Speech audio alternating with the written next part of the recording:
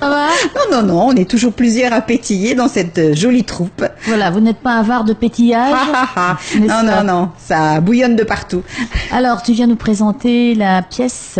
La nouvelle pièce que la compagnie Champagne va jouer, donc l'Avare de Molière.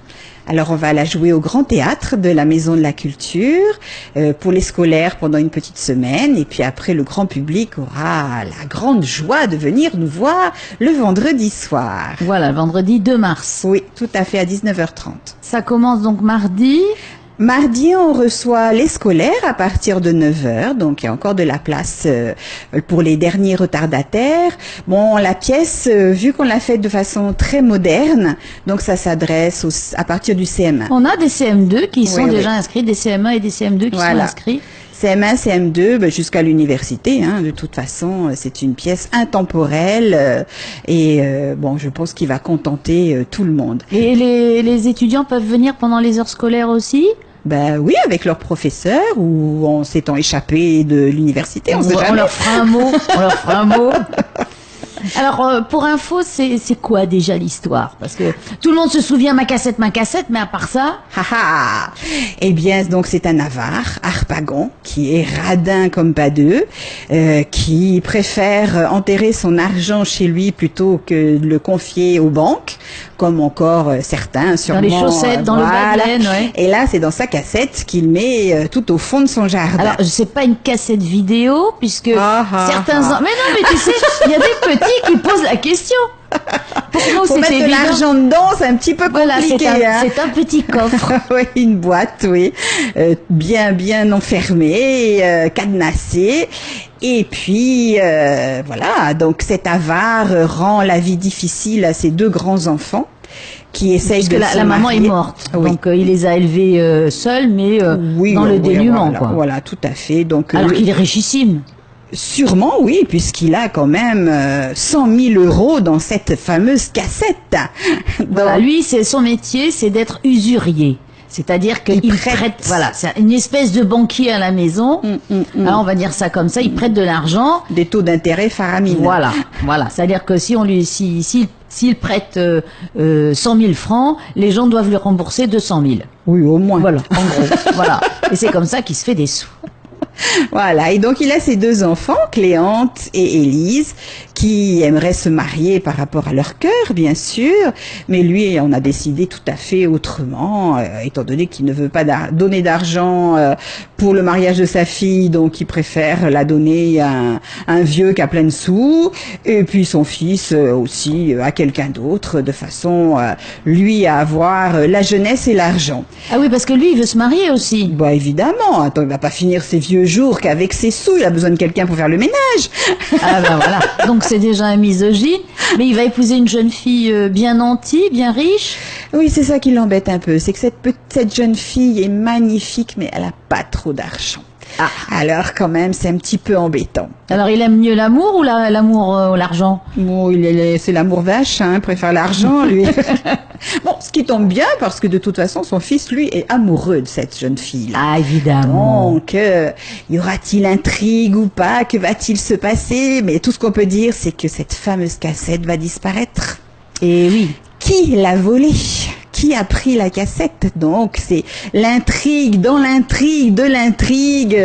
Donc c'est vraiment des quiproquos, des va-et-vient, des jeux de personnages, des jeux de mots bien sûr, puisqu'on a gardé le texte de Molière. Bon, mis à part quelques petits mots comme par exemple fesse Mathieu, voilà, on a mis usurier, de façon à ce que les enfants comprennent un petit peu plus. Quoique fesse Mathieu, ça les aurait sûrement fait plus rire. Oui. Finalement, on va peut-être le changer. Ben voilà, pourquoi pas. Et puis donc une mise en scène très enlevée avec beaucoup d'actions modernes.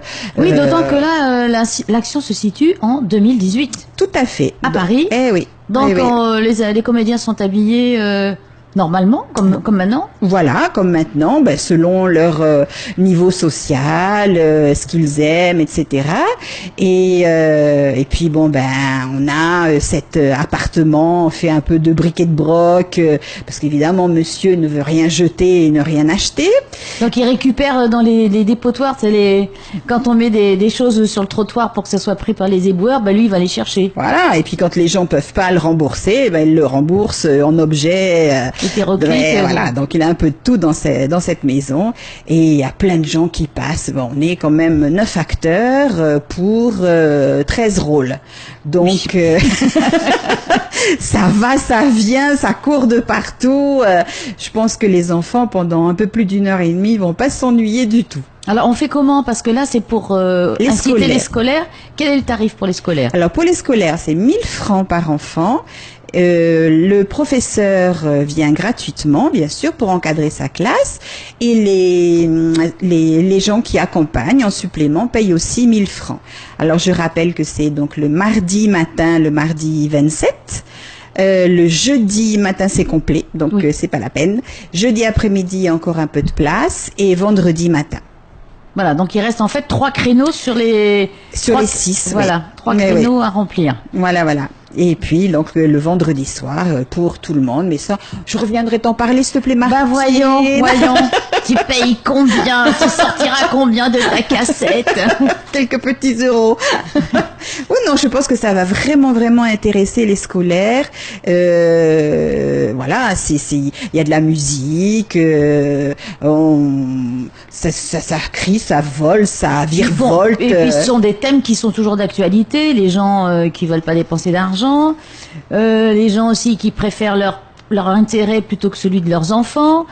Les gens qui tombent amoureux, alors qu'ils devraient pas, mais quand même, l'amour triomphe. Voilà, on va le dire comme ça.